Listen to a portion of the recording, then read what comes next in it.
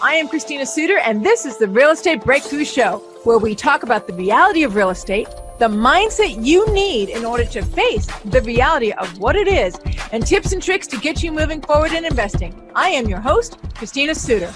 Absorbing the personal pain, shrinking the development, team, and then continuing to find projects that work because there are still projects that work. But I don't want that to seem like something normal that I would say. Here's what I would say.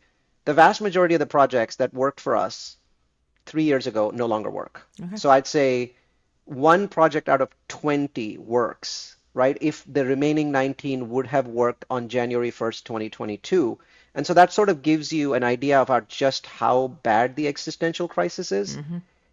And but in terms of permits, you mentioned permits have dropped, right? Of course they've dropped, but they've dropped from a very high peak. So in 2022, money in America was free. I mean, interest rate, what the government was doing was so crazy that anyone could build, and we still are suffering from the massive glut and inventory avalanche that has come through in 2024 and 2025 because of the fact that money was free in 2022. We're still suffering. Okay. This is, and towards the end of 2025, and we're still suffering, and it's hurting, all the multifamily business. It's hurting single family rents.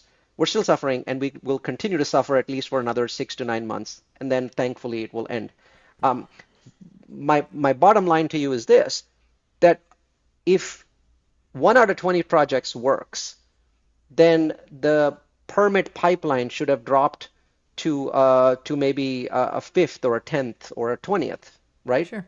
It's only dropped to less than half. Okay. So there's still a lot being built. It's just that what we are now building, what's in the pipeline, is below the demand level, where for the last 3 years, supply has been much higher than the demand level. And that's what's kept rents in the United States from going up with inflation. Okay. If you look at a 50-year chart, and you've got 2 lines on the chart, one is rents, one's inflation, you'll notice that rents are almost always, for 49 out of those 50 years, rents are higher than inflation. So if inflation's 2% in a year, rents are probably going to be 3%, right? It's a very consistent relationship, and it only broke in the last 2 years. It broke because we had a massive glut of incoming supply. So both single family and multifamily rents were affected. Multifamily was more affected than single family, but still affected. Okay. Because there was this glut, and we're still dealing with it. So again, in the last 18 months, I think rent growth in the US has been around 0. In the last 12 months, it's still been 0. In the last 3 months, it's actually been slightly negative because we're still getting so much inventory coming in. And that's put a cap on multifamily prices. And it's actually, for single family people that are listening, it's actually putting a cap on your single family prices as well, just not to the same extent. You may not be as aware of it because you're like, I've had the same, rents. Yeah, but weren't you used to your rents going up 3 to 6% every year like clockwork, and that's not happening anymore? Right. So you're holding in place, but you're still going backwards because inflation's definitely 3%. So let's jump for a little bit to the multifamily, just multifamily in general versus development. So I'm actively looking to buy multifamily because it's having this existential crisis. And so therefore I want to step in. I'm a 5 to 50 gal. I'm a mom and pop. I'm not what you guys are, right? And so I'm buying some multifamily in Indianapolis and Tulsa. I'm finding more in Tulsa.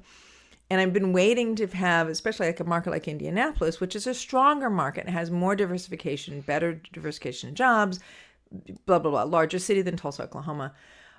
It's not dropping in the multifamily the way I would expect it to, because we're now, 2.5 years, 3 years into the pain, and cap rates have expanded, and Indianapolis seems to have missed that, or at least the sellers in Indianapolis seem to have missed that. So what are you noticing in that area? Not enough construction for cap rates to sort of decompress in Indianapolis. Firstly, the market has been strong in Indy. I picked Indy, and I've been talking about Indy for about 7 years. Yes. But I have my most popular presentation, which 2,700 people watch. Yes. When it comes out. I picked Indy for the first time ever as my city of the year in January this year, right? So, and you're aware of that Oklahoma City, Tulsa were part of that discussion, didn't quite make the cut.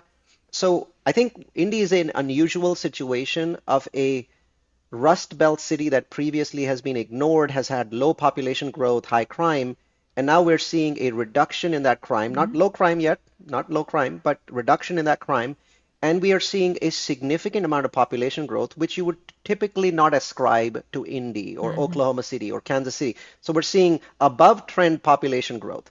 And because a lot of people know this, we haven't seen the prices in Indy go down as much as they should have, right?